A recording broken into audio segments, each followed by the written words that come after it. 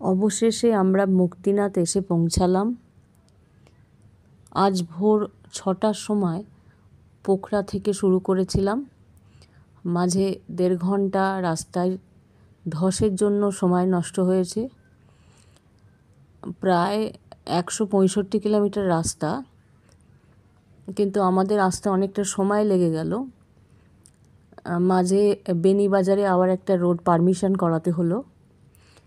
যাই হোক, এসে পৌঁছালাম।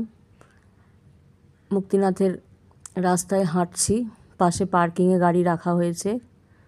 দুপাশে বিভিন্ন দোকান, শীতের পোশাক নিয়ে বসেছে স্থানীয় মানুষ। পাশ দিয়ে ঘোড়া যাচ্ছে।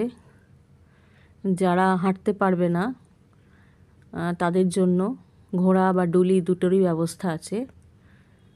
পার্কিং থেকে প্রায় 2 কিলোমিটার রাস্তা যেতে হবে মন্দির পর্যন্ত। আমরা হাঁটছি। এরপরে সিঁড়ি, প্রায় 340টা সিঁড়ি উঠতে হবে।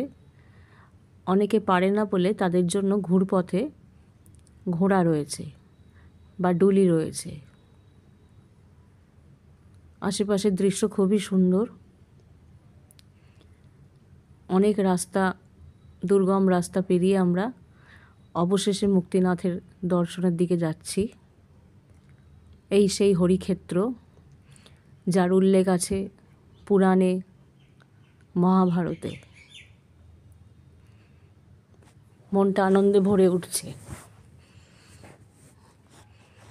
সুদূর কলকাতা থেকে মুক্তিনাথের টানে এত দূরে আসা,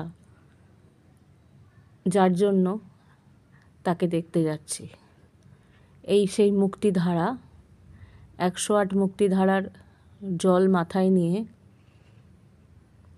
কুণ্ডে পা ডুবিয়ে বা চান করে তারপর মুক্তিনাথের দর্শন করতে হয়। তবে বিকেল হয়ে গেছিল বলে আমরা এই জল মাথায় নিয়ে তারপরে মুক্তিনাথের দর্শন করলাম। কিন্তু মন্দিরের ভেতরে ছবি তোলা যায় না, তাই বাইরের ছবিটুকুই মন্দিরে দিতে পেরেছি।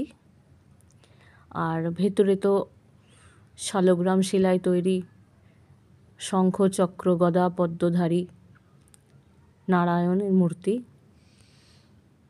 মুক্তিনাথ দেখছি, দর্শন করলাম মুক্তিনাথের এই সেই মন্দির। পথের সব ক্লান্তি এক নিমেষে দূর হয়ে গেল।